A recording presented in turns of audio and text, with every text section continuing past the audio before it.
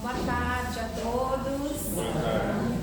Meu nome é Carla, para os que não me conhecem. Eu sou trabalhadora também da casa, mas na verdade eu trabalho mais com os cursos, né, ministrando as aulas do Básico 1 e Básico 2. Então por isso que quase vocês não me veem aqui aos domingos, que meu trabalho acaba ficando mais na formação, né? Que inclusive eu gosto de me apresentar, que é a minha área. Eu sou educadora, minha vida inteira trabalhei com isso, então para mim é muito gratificante, né, estar aqui podendo compartilhar um pouquinho do que eu aprendi, das minhas vivências, das minhas histórias. Enfim, a gente tem aqui uns ex-alunos, uns alunos já meus, né? E assim que a gente espera ir continuando também. Então a gente vai começar, eu gosto antes de começar lembrar que sempre é uma conversa, tá? Então o que a gente propõe aqui é uma conversa para que a gente possa refletir sobre algumas coisas na nossa vida, sobre as nossas condutas, sobre as nossas escolhas, e que tanto eu quanto vocês, nós somos eternos aprendizes, então nenhuma verdade aqui será absoluta. Tudo que é apresentado, a gente sempre tem que lembrar que nos é dado o crivo da razão, ou seja, tudo que é falado eu tenho que pensar sobre. Ah, mas será que isso me serve? Será que isso não me serve? Ah, nossa, isso daqui eu preciso pensar mais um pouco sobre isso. Puxa, isso é uma novidade, eu não sabia. Então a gente sempre tem que olhar sobre essa questão da razão a tudo que é apresentado para vocês. Tá certo? Então hoje vai ser mais uma tarde dessas que a gente vai conversar sobre esse assunto em específico, mas sempre que vocês trazendo para a vida de vocês o que vocês acham que serve, tá bom? Quem tá no fundo aí tá me escutando bem? Tá? Porque eu tô sem microfone, então tá bom. Então a gente começa sempre com oração.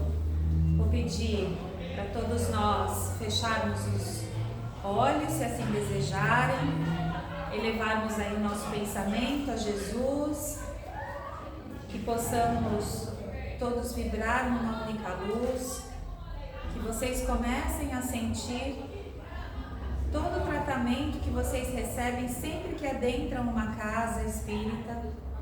Vocês já estão sendo tratados, medicados, acolhidos, assistidos.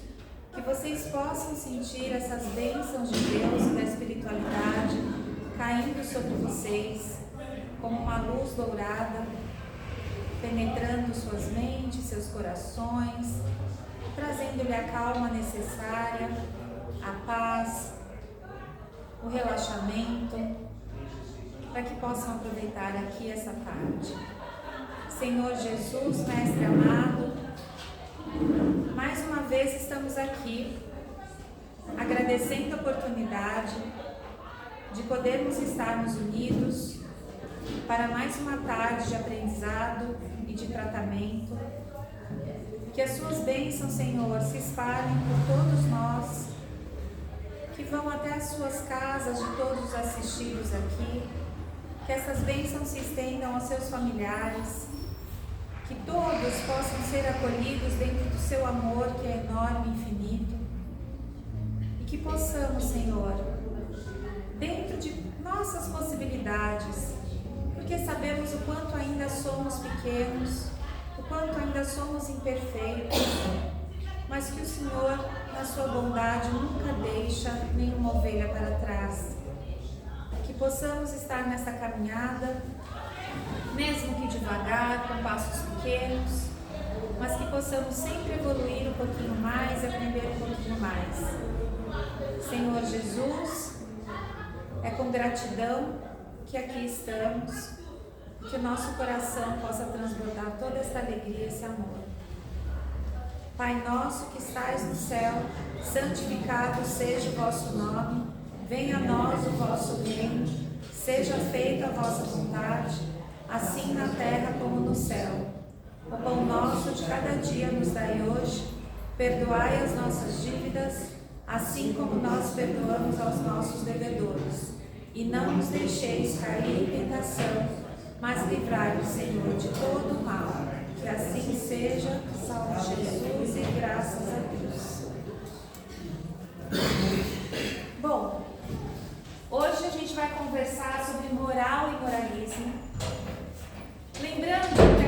palestras, algumas delas trazem, às vezes, um olhar mais para a questão da doutrina espírita, outras palestras trazem um olhar para o Evangelho, outras palestras trazem questões filosóficas, questões do dia a dia, outras palestras podem fazer outras abordagens também. Então vamos de novo voltar, hoje a gente vai falar um pouquinho sobre moral e moralismo e a gente pensar o quanto nós verdadeiramente estamos seguindo a moral cristã ou quanto no nosso dia a dia nós somos moralistas. E aí é um convite a essa reflexão. Então a gente tem que começar a pensar, e a gente vai entender ao longo dessa conversa, a diferença entre você ter a moral cristã e você ser moralista ou falso moralista, enfim, que nós acabamos encontrando com pessoas assim também em nosso caminho, tá bom? Aí eu gosto de trazer um conceito, né, do que existe até em dicionário, em livros, né, que falam sobre o assunto. Então fala que moral é um conjunto de princípios, valores e normas que regem o comportamento humano, delineando o que é considerado certo ou errado em uma sociedade, variando no espaço e no tempo. Isso que é importante a gente pensar. A moral dita, né, e construída pelo homem, ela muda de acordo com o tempo, de acordo com o espaço. Então, dependendo do país ou da cultura, algumas normas morais são aceitas e outras não é assim? Há um tempo atrás, a escravidão era vista como algo normal e dentro da moralidade daquela época. Hoje a gente entende que isso é inconcebível. Há um tempo atrás, as pessoas, quando se separavam, as mulheres eram vistas como uma fama, uma mulher que fosse separada. E hoje a gente entende que não é mais assim. Então, o mundo vai mudando, a cultura vai mudando, algumas normas e regras vão mudando. Então, por exemplo, falando agora mais de lei do que de moralidade. Hoje, com todo esse avanço da tecnologia, da internet, antigamente não existiam leis, normas que regissem essa área, porque nem existia internet. Hoje, a gente sabe que tem leis, normas que regem a questão de cyberbullying, uma série de coisas. Então, o que eu quero falar para vocês é que a moral, ela sempre pondera o que é certo ou errado, mas de acordo com a visão das pessoas daquela época ou daquele lugar. Então, para a gente hoje, por exemplo, falarmos sobre o islamismo, sobre o que eles apregoam, para a gente pode ser uma afronta. Assim como que para eles, a gente não cobrir o corpo com um véu pode ser uma afronta. Então, o que eu quero sempre trazer para vocês é essa relatividade das leis e moral humana, porque depois a gente vai entrar na questão das leis naturais ou divinas, tá? Mas o moralismo, ele já traz uma visão rígida e inflexível da moral, caracterizada pela aplicação estrita das normas morais sem levar em conta o contexto ou nuances da situação. Representa como se fosse uma patologia da moral, uma doença. O moralismo, ele enrijece aquelas normas morais. E quem não opera dentro daquelas normas morais pode ser agredido, pode ser excluído, pode ser morto, porque não está cumprindo as regras do que eles entendem como sendo correto. Mas aí vamos pensar, nem entrei na moral cristã, mas vamos pensar, será que Jesus, em algum momento, excluía ou falava que quem não o seguisse seria morto? Seria agredido? Então, quando a gente pensa em moralismo, a gente tem que pensar nesse outro viés o quanto de verdade às vezes o moralismo ele enrijece, e nós continuamos vendo até hoje, no ano de 2023, por conta da moral e dos bons costumes, pessoas sendo ainda agredidas, mortas, excluídas ou prejudicadas, difamadas de alguma forma. Tá? Aí eu vou trazer um pouquinho de um fundamento da filosofia, porque desde que a humanidade, começou a se constituir enquanto humanidade, os filósofos já desde antes de Cristo já discutiam o que era essa moral. E aí de novo a gente lembra que ela vai mudando de acordo com o tempo. Aí aqui, quando a gente fala da moral, ela está associada à ética. A ética são princípios. Princípios, na verdade, que eles são considerados universais. Então hoje todo mundo sabe de verdade o que é certo e errado, não sabe? Todo mundo no íntimo sabe o que é certo e errado. Uma criança pequena, ela está aprendendo o que é certo e errado, mas é só dar uns aninhos de vida para ela, ela já sabe discernir o que é certo e o que é errado. E muito mais, uma criança pequena, ela tem muito menos, ou talvez nem tenha, preconceitos que nós adultos temos e ensinamos para essa criança, que quando ela vai se desenvolvendo, ela vai adquirindo esses preconceitos que nós ensinamos a elas. Porque uma criança pequenininha não é preconceituosa.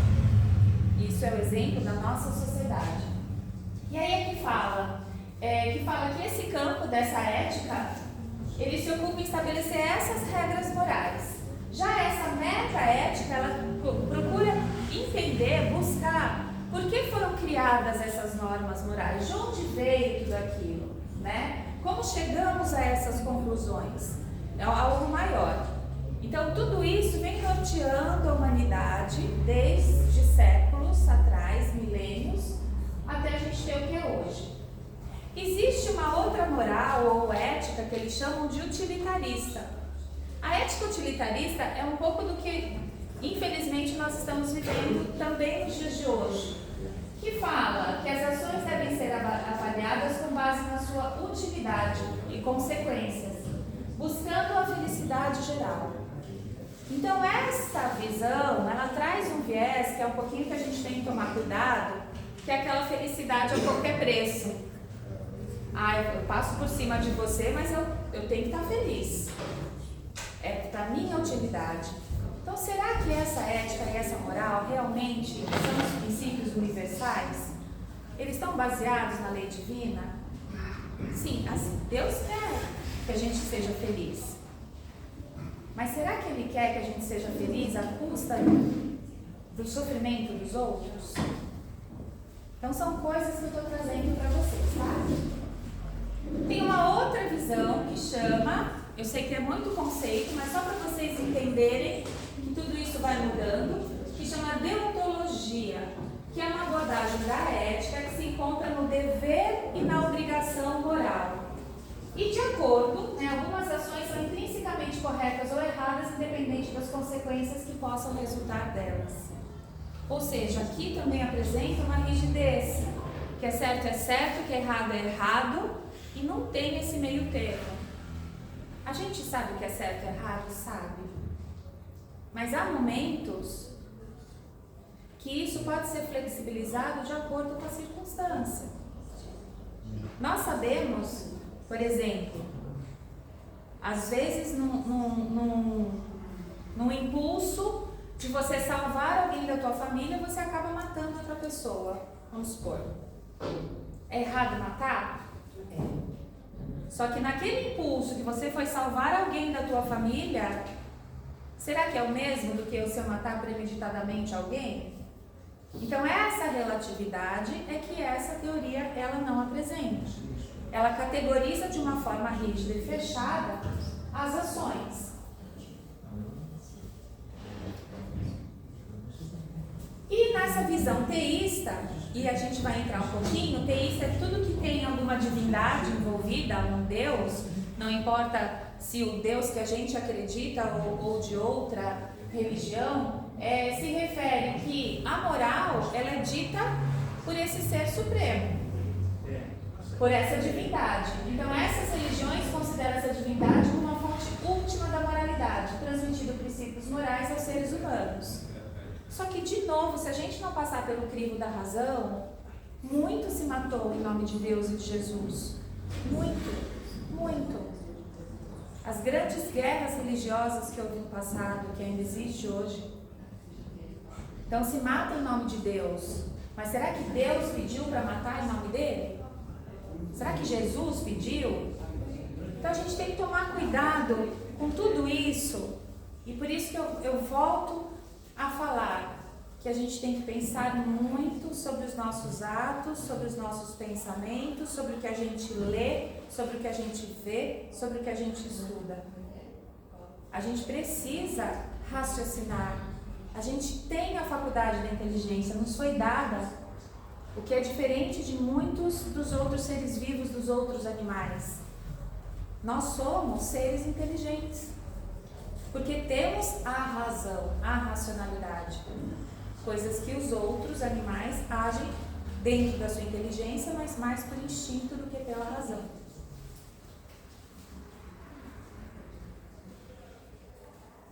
E aí surgiram em muitas épocas os mandamentos religiosos. E a gente vai ver que num determinado momento, se a gente olha para a história, para trás, eles eram importantes, eram necessários. Então, quando a gente vê até pela visão da doutrina, ou da leitura do Evangelho, da Bíblia, quando surgiram, por exemplo, os 10 mandamentos, é porque naquela época a civilização ainda estava tão rudimentar que ela precisava de leis mais rígidas e morais mais rígidas. Não matarás, não julgarás, não, porque precisava. É a mesma coisa que quando a gente tem uma criança pequena. A gente não pode, ela com 2 aninhos, a gente ficar explicando por que ela não pode subir na mesa ou subir no fogão. Ou... A gente vai falar, não sobe no fogão, não mexe em tal coisa. Porque a criança pequena ainda não tem esse discernimento. Naquela época, a humanidade era uma criança pequena. Então precisava dessas leis, desses mandamentos, ou que nem os 5 pilares do Islã, de coisas extremamente mais rígidas, porque a humanidade não tinha ainda essa compreensão. Tá? Aí também aqui do karma, do budismo, eu achei muito interessante que tem muitas coisas parecidas com o que a doutrina espírita traz. Então, fala que o conceito de karma está presente em religiões como o hinduísmo e o budismo. Refere-se à lei de causa e efeito, no qual as ações de uma pessoa influenciam suas vidas futuras, criando assim um sistema de responsabilidade moral baseado em ações passadas e presentes. E aí eu quero que vocês prestem atenção nessas palavras, responsabilidade moral. Então eu sou responsável pelas minhas escolhas e meus atos, e as minhas escolhas e os meus atos vão definir a minha vida futura, por causa da lei de causa e efeito. A lei de causa e efeito é uma lei natural, é uma lei divina, ela é imutável. Ela não muda no tempo, ela não muda no espaço, ela não muda na cultura, ela não muda na sociedade que ela está inserida, porque as leis naturais, elas acontecem dessa forma, independe. Então a lei de causa e efeito, se eu fiz, eu tenho que arcar com a consequência daquilo que eu fiz. Se eu fiz o bem, ótimo, vou arcar com o bem. Se eu fiz o mal, eu vou arcar com o mal. Isso é em qualquer lugar. Nessa lei de ação e reação, que a gente vê até como as coisas da física, né? Se eu empurrar a cadeira, ela cai. Então eu fiz uma ação sobre a cadeira e a consequência é ela cair. Então, essas leis de ação e reação é isso. Você quer falar? Você está com uma levantada? Não? Você está com uma assim. Vocês podem falar também, tá, gente? Por favor. E aí agora a gente vai pensar um pouquinho no nosso dia a dia, na sociedade. Agora que eu já falei um pouquinho dessas questões da moral no mundo, né? Dessas consequências do moralismo que é o que a gente está vendo hoje. Então hoje, infelizmente, e nós sabemos disso, a nossa sociedade está muito doente. A humanidade, infelizmente, está doente. E como que a gente, às vezes, algumas vezes a gente pode ser vítima disso, e ser envolvido nisso. Outras vezes a gente pode ser o causador disso. Outras vezes a gente tem uma coparticipação nisso. Então, quando a gente vai começar agora a ver o que são essas consequências desse moralismo, que não é a moral verdadeira, são aquelas pessoas que se dizem com uma moralidade alta, mas que a gente vê que na verdade não são. E aqui, gente, mais uma vez, é sem julgamentos. Porque todos nós somos espíritos imperfeitos e a gente tem que colocar isso. E acolher realmente as nossas falhas, acolher as nossas sombras, acolher o que ainda é difícil para nós. Isso é você não ser um falso moralista. É se pintar de azul quando na verdade a sua cor é amarela, né? Então é isso que a gente tem que tomar cuidado, que é o que às vezes o moralismo traz. Então ele pode causar diversos problemas numa sociedade, nas relações interpessoais, devido à sua abordagem flexível e dogmática em relação à moral.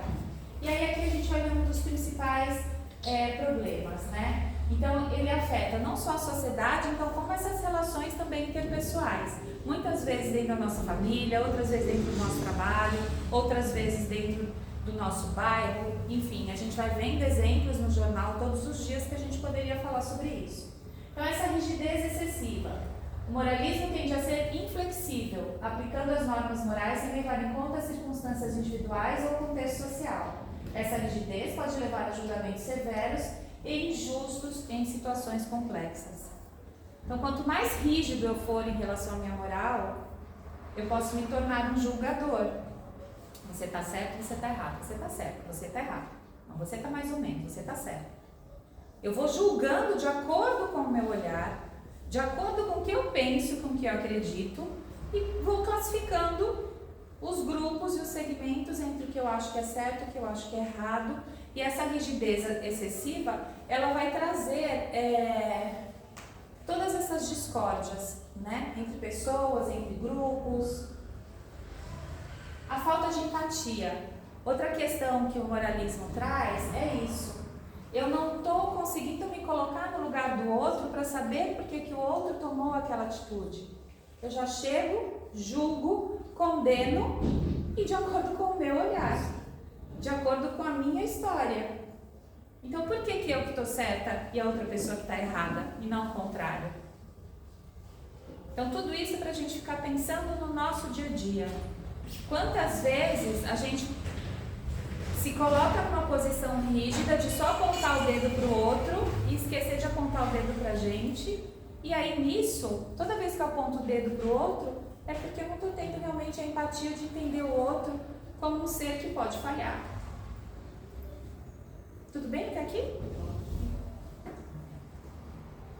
Hipocrisia. Isso é o que a gente mais vê por aí, né?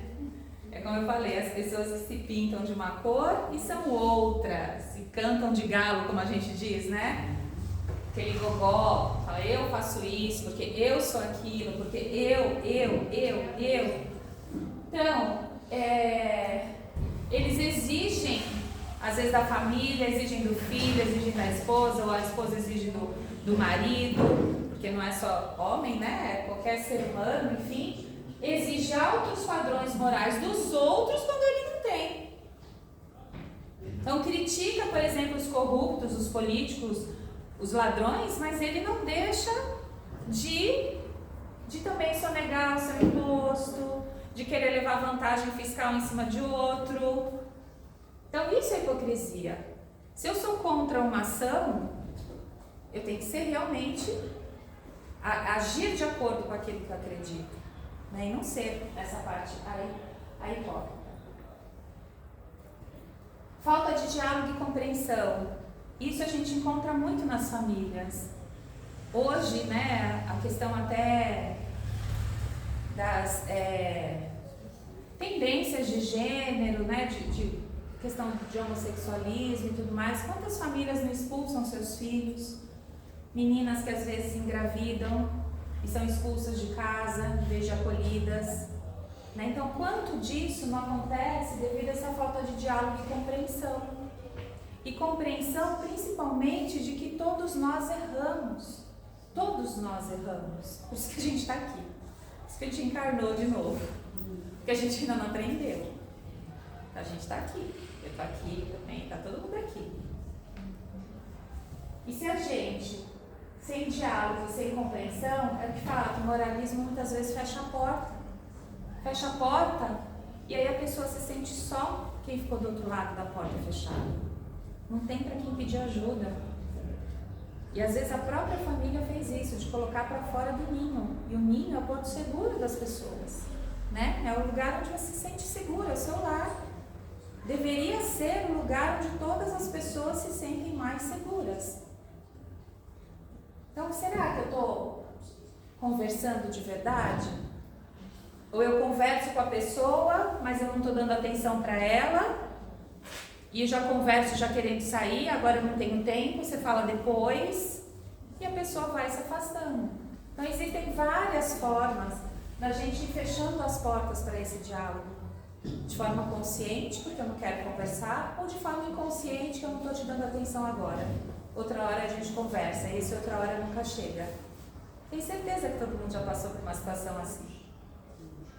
E aí, às vezes, você vai encontrar ajuda ou alguém que te ouça de uma pessoa estranha. Uma pessoa que você nem tem um relacionamento tão próximo, é aquela que vai sentar do teu lado e vai te escutar. Então, quanto será que a gente está empático para as pessoas?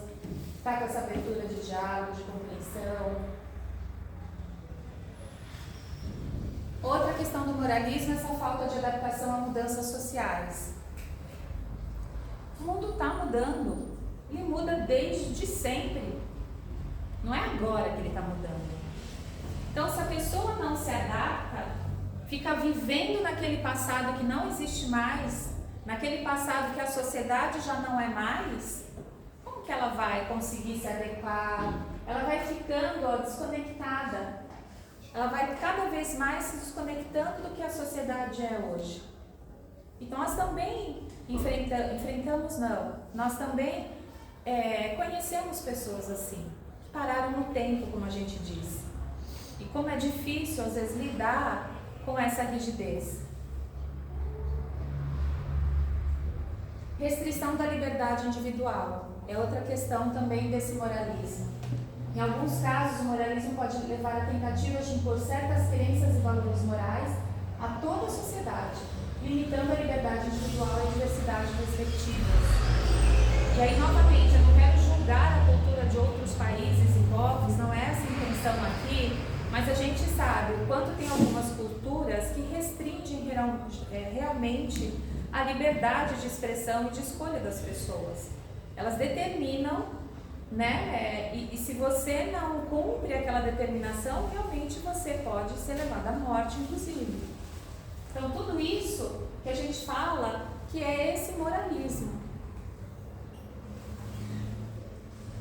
Preconceito e estigmatização. Então, a gente pode ter tendências preconceituosas. Ah, não, eu não sou preconceituoso, mas aqui na minha casa eu não quero. Não, tudo bem, mas lá fora, aqui na minha casa não. Então, isso não é preconceito, isso é preconceito. Quantas vezes a gente sem querer, quando eu falo inconscientemente preconceituoso, quando às vezes vem alguma pessoa cruzando com a gente numa calçada e a gente desvia, tudo bem, às vezes a gente pode ter medo, receio, mas se é uma pessoa toda arrumadinha, toda não sei o que, a gente não desvia. Então, o que a gente está olhando? Só as coisas externas. Não sei se vocês já viram que eles chamam de experimento social. Passou lá nas redes sociais, lá no Instagram, Facebook, nessas coisas, que deixaram uma menina loirinha parada no centro da cidade, paradinha, quietinha, e várias pessoas iam abordar ela, por que ela estava ali, se ela estava sozinha, se ela precisava de alguma coisa. E aí vestiram a mesma menina, prenderam o cabelinho dela, colocaram um boné, puseram umas roupas sujas nela, rasgadas, e ela ficou no mesmo lugar. Todo mundo passava direto e ninguém olhava. Então, o que isso mostra pra gente? Que a gente tem preconceito. Todos nós temos. Só que muitos são tão inconscientes, tão lá dentro, que é nesses momentos que a gente fala, nossa, fui preconceituosa agora.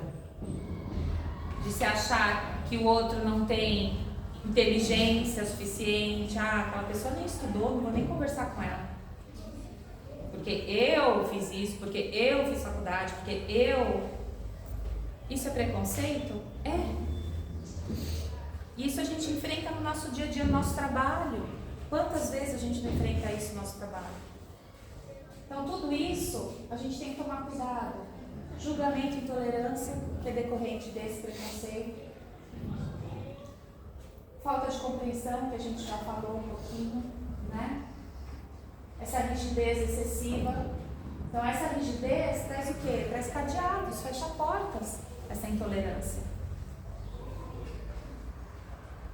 E aí, resumindo, né, moralismo, só para fechar a parte do moralismo, fala que pode ser prejudicial ao promover uma visão estreita e inflexível da moralidade que desconsidera as complexidades e diversidades da condição humana.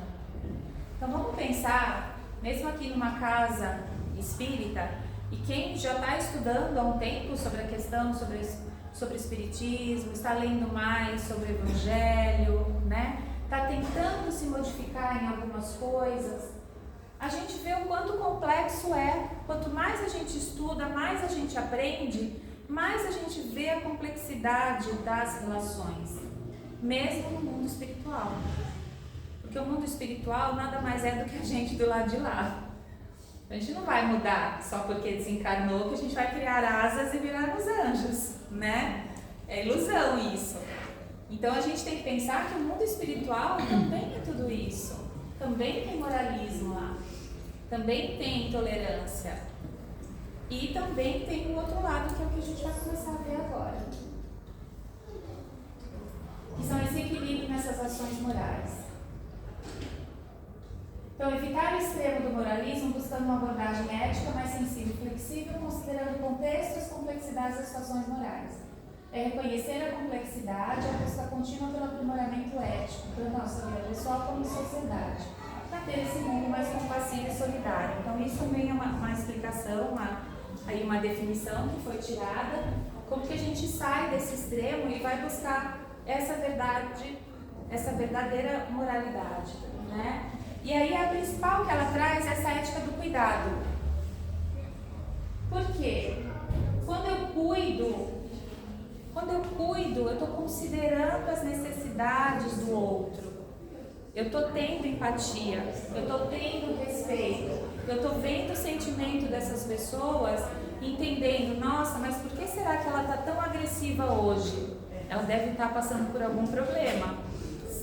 Se eu recebi uma agressão gratuita, em vez de eu revidar aquela agressão, comece a pensar, nossa, mas por que essa pessoa está agindo dessa forma?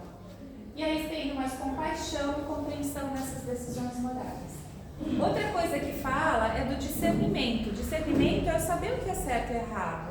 Então, se a gente olha para a nossa essência, e se a gente pensa que nós somos, o seu Cris hoje mesmo falou, nós somos deuses, que nós somos filhos de Deus e temos o Espírito dentro de nós, nós somos Espírito, nós nascemos com esse discernimento, é que nós nos afastamos dele, mas todos nós nascemos com o bem dentro de nós. Então é isso que a gente tem que ir resgatando no nosso dia a dia. É eu saber de verdade o que é o bem, saber de verdade o que é o mal, e saber de verdade quando eu estou em cima do muro eu não estou nem fazendo bem nem o mal. Quando a gente começa a ter clareza de tudo isso, a gente pode caminhar, a gente pode dar um passo na direção certa. Quando a gente não tem clareza, a gente fica andando, né, que nem eles falam, né, que nem barata tonta, e não sai do lugar. Aí, de novo, a parte da responsabilidade. Então, a gente tem que ter essa parte da responsabilidade, dessa consciência que as nossas ações causam efeito sobre o outro, sobre nós mesmos e sobre o outro. Não só as nossas ações, como também somente os nossos pensamentos. Então, às vezes, eu não preciso nem fazer nada, mas estou pensando tanto que a outra pessoa está captando esse pensamento e eu acabo emitindo ou coisas boas ou coisas ruins para ela, né? Aquela famosa visita que quando entra em casa a planta murcha, né? Então, só pensou, não fez nada, nem tocou na planta. Então só o pensamento já tem esse poder. E aí fala que a gente tem que ter disposição de assumir a responsabilidade pelas escolhas que nós fazemos. Tem que estar disposto. Dá trabalho, gente, dá trabalho. Né? Dá trabalho. Você ter essa disposição, essa disciplina de tentar. Não é fácil. Aí agora a gente vai ver a moral no Espiritismo. Então o que o Espiritismo ele traz sobre essa questão da moralidade? A gente vai falar de uma forma bem geral, tá? Porque tem uma parte inteira do Livro dos Espíritos que fala sobre isso. A terceira parte. São muitas perguntas e muitas respostas. É um tema bem abrangente. Também tem outra parte que fala sobre as leis naturais ou divinas.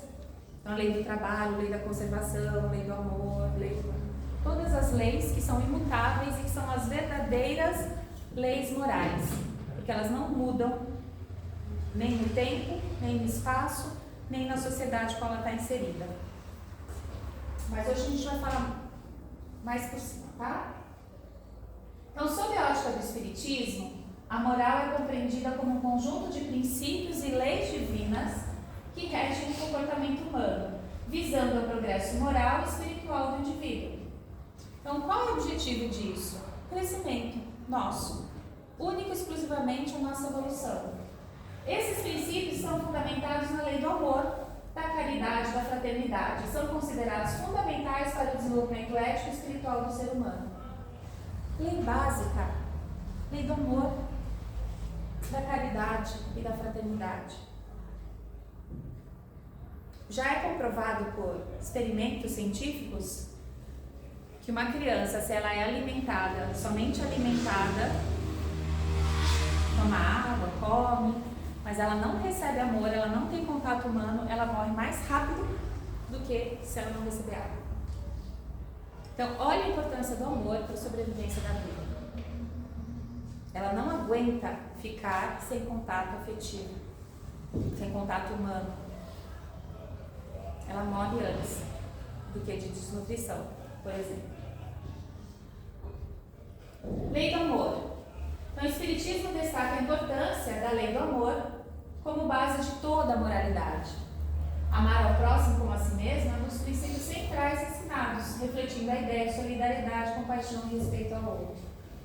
Como eu falei, eu estou fazendo de uma forma resumida, porque só sobre amar ao próximo já dá uma palestra inteira, né? Como a si mesmo. Mas a gente tem que pensar.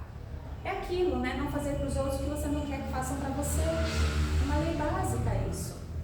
Uma lei simples. Amar ao próximo como a si mesmo é você saber que o que você tem de bom dentro de si, você pode oferecer para o outro. Mesmo que seja um pouquinho. Mesmo que seja num minutinho. Mesmo que seja num olhar. Mesmo que seja num sorriso. Mesmo que seja num abraço gostoso. Então tem muitas formas da gente demonstrar esse amor ao próximo. Cuidar, né? Se a vizinha lá, o vizinho está doente, leva um negocinho para ela comer, uma sopinha, sei lá. Isso também é amar ao próximo. É chegar, entrar no ônibus e falar um bom dia para o motorista, bem afetuoso. Vai transformar o dia dele. Você só está demonstrando o que existe dentro de você.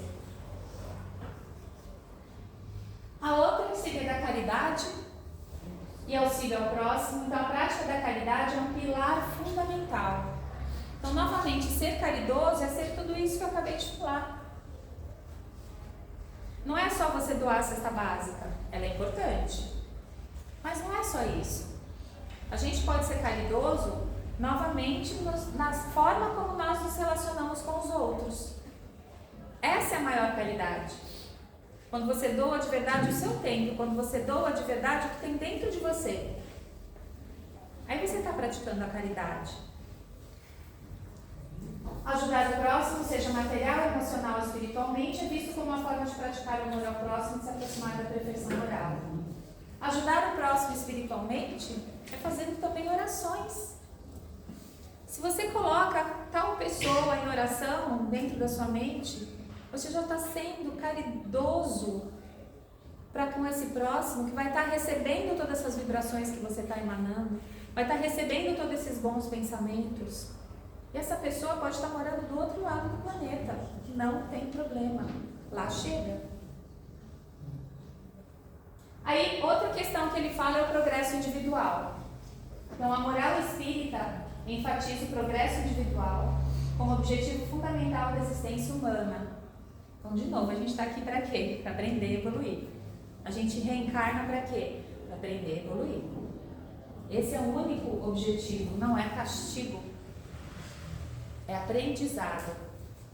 Então, tudo que a gente vive hoje, a gente escolheu de alguma forma no nosso planejamento que a gente deveria passar por trás provas para ver se realmente a gente aprendeu. Né? E aí, no nosso ditado popular, a gente fala, ou se aprende pelo amor ou pela dor. Só que a gente é teimoso, a gente só aprende pela dor. Né? A gente não aprende pelo amor. Né? Quantas vezes a mãe e o pai falavam, a gente não ligava e depois a gente ia lá e acontecia o que a mãe e o pai falou. Eles falam, é praga de pai e mãe, não é. Estavam tentando te ensinar pelo amor, mas você escolheu aprender pela dor. E aí, é assim, e esse progresso é o pilar. Porque se a gente não tivesse que progredir, vamos pensar, para que a gente tinha que reencarnar? Tanto fazia se eu vivesse uma vida egoísta, uma vida sem consequências, porque eu não vou mais, não vai acontecer mais nada, eu vou morrer, não vai acontecer mais nada, tanto faz se você for bom ou mal. Mas não. A encarnação, a reencarnação, elas nos dão essa chance de progresso, da gente aprender um pouquinho mais e ser melhor um pouquinho mais. Por quê? Para superar as nossas imperfeições. Porque esse é o nosso objetivo de vida, superar as nossas imperfeições. Temos bastante. E aperfeiçoar as virtudes, né? Aí a outra lei que eu falei, que a gente não foge, que é de causa e efeito, que também ele coloca isso como uma lei que não tem como você, entre aspas, fugir disso, ela acontece. Então ele compreende que toda ação gera uma reação, tanto nessa vida como em vidas futuras. Então tem coisas que eu estou vivendo nessa vida que são consequências de vidas passadas minhas, e que eu nem lembro mais. Mas eu estou vivendo as consequências dessas minhas escolhas de outras vidas. Então a moralidade está intimamente relacionada com a responsabilidade individual diante das escolhas e dessas ações. Aí o livre-arbítrio. Livre-arbítrio é outro pilar que o Espiritismo traz e coloca, que ele ressalta que o livre-arbítrio é uma prerrogativa do ser humano, ou seja, os seres humanos eles podem escolher. A todo momento nos é dado chance de escolha. E o Espiritismo, a doutrina espírita, ele não traz, ele nos convida, na verdade, ele nos convida a seguir um caminho, mas ele não obriga a nada. Então vocês estão aqui hoje, graças a Deus, porque vocês querem. Vocês fizeram essa escolha de estarem aqui. Vocês optaram por estar aqui. Ninguém obrigou vocês a estarem aqui. Então, isso é livre-arbítrio. A gente tem o poder de escolher entre o bem e o mal, mas somos responsáveis pelas nossas consequências, né, das nossas escolhas. Aí aqui, retomando, ele fala de novo da reencarnação, que é o mecanismo pelo qual os espíritos têm a oportunidade de aprendizado e evolução moral. E a gente tem que pensar, de novo, nesse processo reencarnatório, o que eu estou fazendo com essa oportunidade, que é estar aqui encarnado. Porque tem bilhões de espíritos do lado de lá esperando essa oportunidade. Bilhões. Se a gente tem 7 bilhões de habitantes encarnados, mais ou menos, no planeta, vamos pensar que tem quase uns 50 bilhões do lado de lá, esperando um momento para reencarnar. Então, o que eu estou fazendo com essa oportunidade? Estou jogando ela fora? Estou vivendo, não no oba-oba, mas estou vivendo tipo no off ligado em vez de no on, né? Levando a vida de qualquer jeito? Ou eu estou tentando levar a vida de forma mais consciente? Isso é um convite. É difícil? É. Porque tem horas que você só quer esquecer, né? Viver só o corpo. Né? E depois eu cuido. Se eu comer, beber água e dormir, tá ótimo. Não é? Tem dia que não é assim? Se eu lembrar que eu tenho que tomar banho, tá ótimo. Se não, tem dias que são assim. Mas a gente não pode viver a nossa vida assim. A gente tem que sempre voltar. Então lembra numa estrada. Já pensou numa estrada? Você errou a saída que você tinha que pegar e o próximo retorno é só daqui 100 quilômetros. Aí você tem que andar 100 para lá e 100 para voltar, para você voltar para o caminho que você tinha que ir. Então pensa que na vida a gente tem várias opções de retorno pertinho. Então desviei um pouquinho, lembra de voltar para a estrada. Tem um retorninho logo na frente. Desviou, escorregou, bobeou, lembra que você pode voltar. Só não deixa você andar 100 quilômetros para lá, porque a volta vai ser muito mais difícil. Pensa nisso tudo. Aí ele traz também a questão da consciência, autodescoberta. E como que é feita essa consciência? As palestras aqui ajudam muito, que vão trazendo insights na nossa cabeça. Os cursos que são ministrados na casa traz muito essa parte de autodescoberta também. As leituras, o estudo, a doutrina espírita, ela traz muito isso, a necessidade do conhecimento. Porque, de novo, passa pela minha razão. Quanto mais conhecimento eu tiver, mais ferramentas eu tenho para escolher bem. Se eu não sei nada, como que eu vou escolher? Então a gente tem que estudar, a gente tem que aprender, a gente tem que ler, a gente tem que assistir um vídeo, a gente tem que assistir um filme, uma radionovela, né, Wagner? Assistir, tem radionovelas espíritas muito interessantes que a gente vai aprendendo com as histórias dos personagens. Então vamos começar a colocar a nossa máquina aqui para pensar. Aí aqui o resumo, mas a gente já falou bastante. Aí aqui uma outra questão. O falso moralismo pode acontecer nas casas espíritas? Sim. Por quê?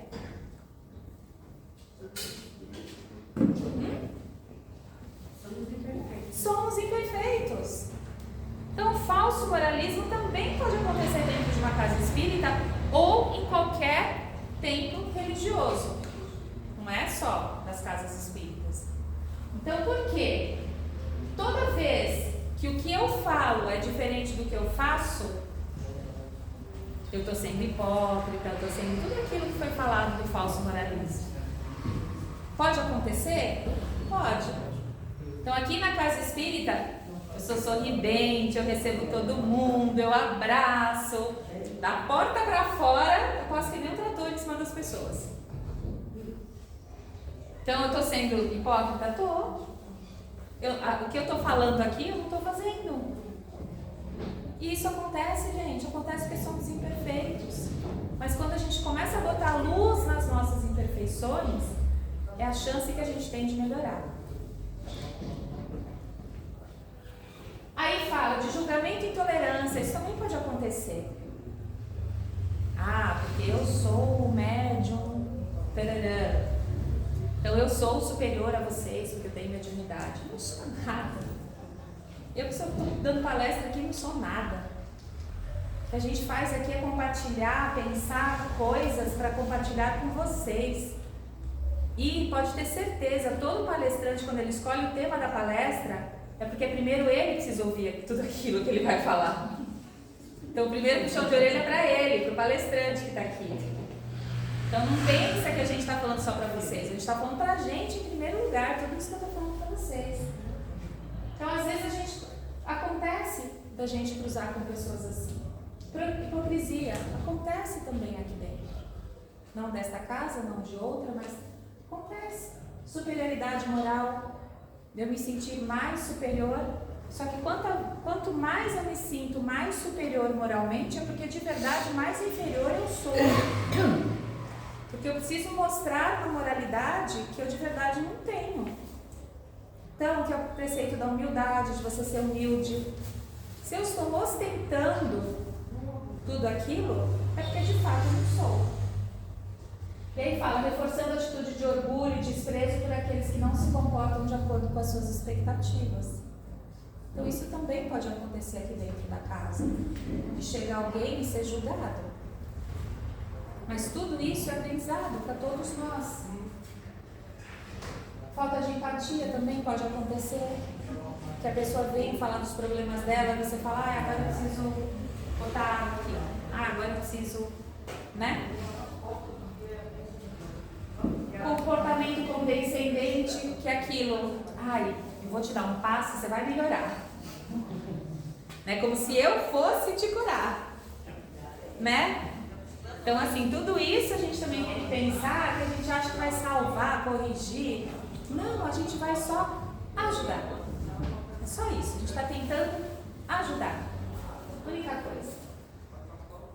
E aí fala que não é exclusivo das casas espíritas, mas de qualquer lugar, porque somos imperfeitos. E aí, para combater esse falso moralismo, é necessário um contínuo desenvolvimento da compreensão da doutrina, de novo estudo, e uma reflexão sincera sobre a aplicação desses princípios. A gente tem que ser sincero com a gente mesmo. Isso eu não dou conta, isso eu dou uma conta mais ou menos, isso eu dou conta. Quanto mais clareza a gente tem disso, a gente vai conseguindo de fato evoluir. Aí agora, para finalizar, a moral pregada por Jesus. Ele sim. Ele tinha moral para falar, né? Porque o que ele falava, ele fazia. Ele não falava uma coisa e fazia outra. Então a moral pregada por ele realmente era, falava nos evangelhos, né, que é baseada nos princípios éticos e valores espirituais que tem influenciado profundamente a cultura ocidental. E alguns dos principais ensinamentos.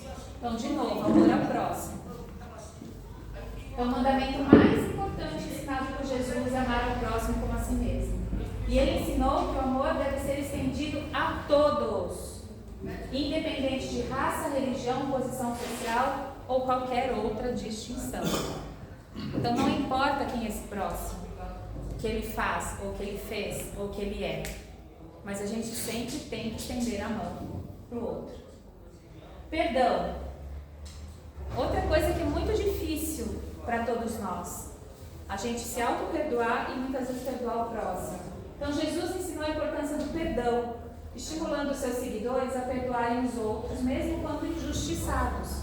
Então, mesmo que eu me sinta injustiçada numa situação, ou que fui caluniada, né? O próprio Chico, ele falava, antes eu ser caluniado do que eu caluniar alguém, né? De ser responsável por uma calúnia.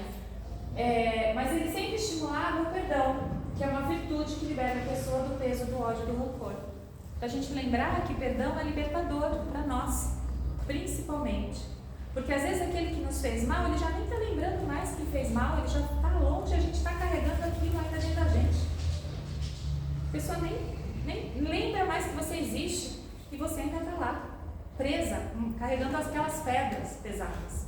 Se a gente perdoa de verdade, de coração, conscientemente, né? A gente se liberta. Humildade. Então Jesus valorizava a humildade e ensinou que os verdadeiros líderes devem ser servos de todos. Então o verdadeiro líder, ele deve servir.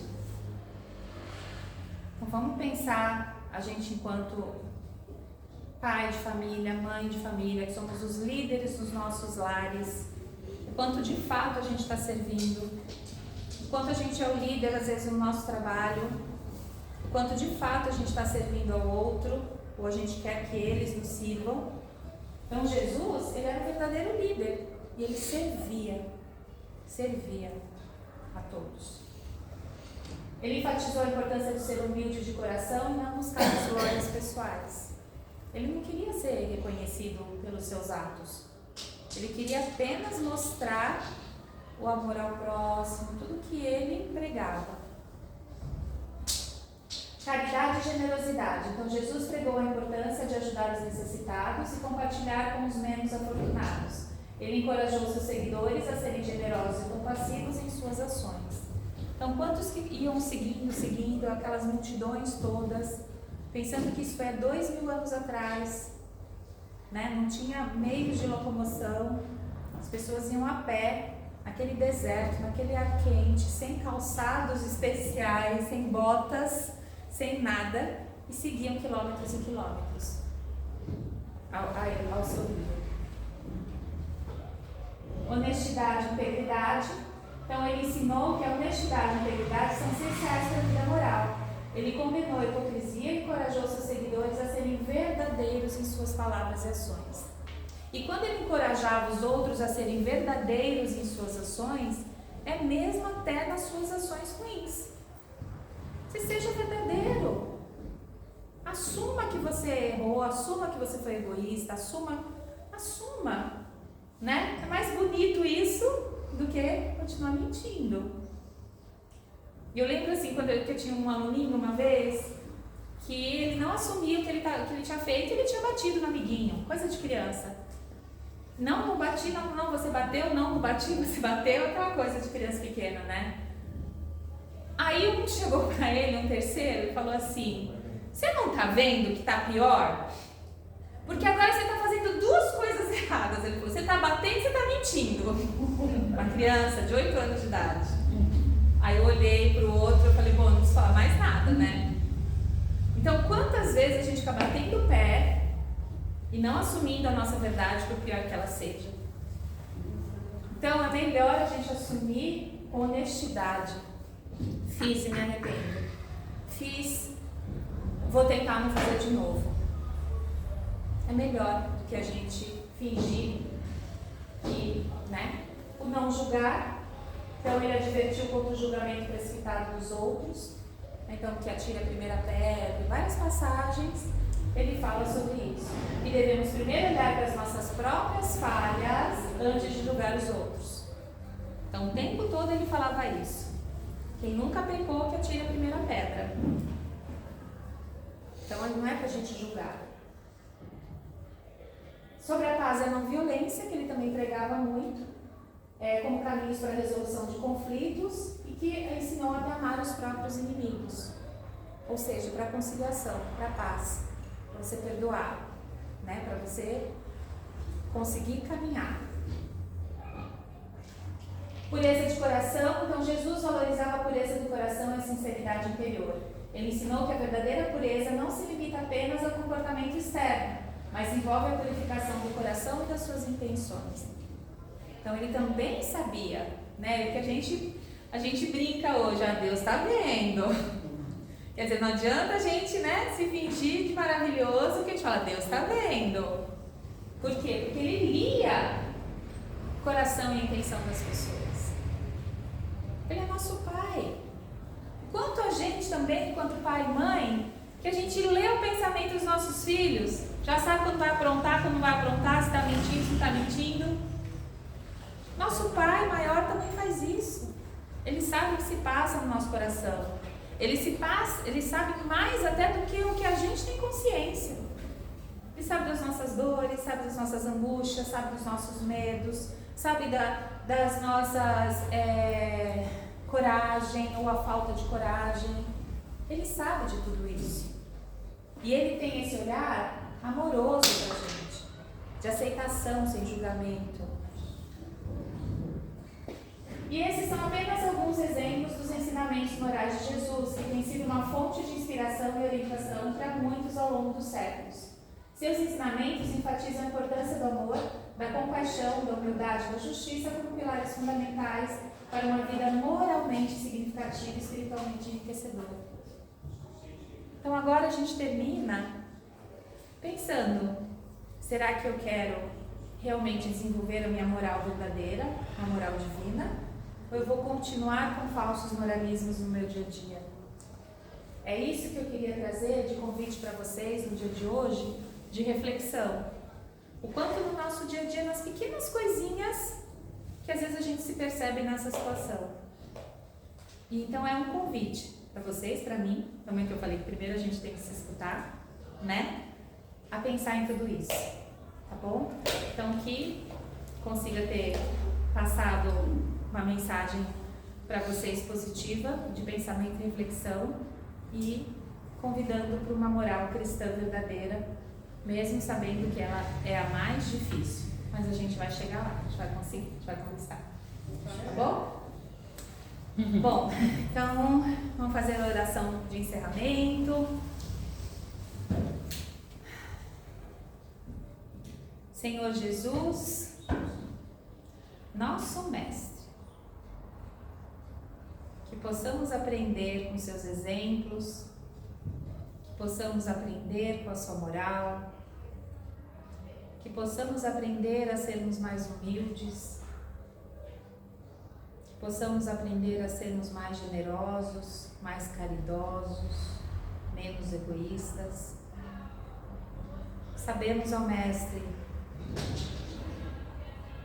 que você veio ao nosso mundo, pisou no nosso chão, se misturou a nós para nos ajudar no ato supremo de caridade. Que possamos aproveitar os seus ensinamentos, que consigamos no nosso dia a dia um raio de luz seu, uma fração do que você nos ensinou, mas que acima de tudo, que o Senhor, ó Pai, seja sempre o nosso Mestre, sempre o nosso Mestre. Que não nos desviemos do teu olhar de amor, do teu olhar de caridade, de fé, de coragem, de resiliência, de tolerância. Que possamos absorver todos esses ensinamentos e evoluirmos um pouquinho cada vez mais. Agradecemos ao Mestre sempre por tuas mãos nos guiando, tuas mãos nos amparando, tuas mãos nos puxando quando achamos que não conseguiremos, por tuas mãos apontando o caminho. Pai, nosso Pai sempre, proteja todos nós, nos acompanhe, nos guie. Pai nosso que estais no céu, santificado seja o vosso nome, venha a nós o vosso reino, seja feita a vossa vontade, assim na terra como no céu. O pão nosso de cada dia nos dai hoje, perdoai as nossas dívidas, assim como nós perdoamos aos nossos devedores. E não nos deixeis cair em tentação, mas livrai-nos, Senhor, de todos os males, que assim seja, salve Jesus e graças a Deus.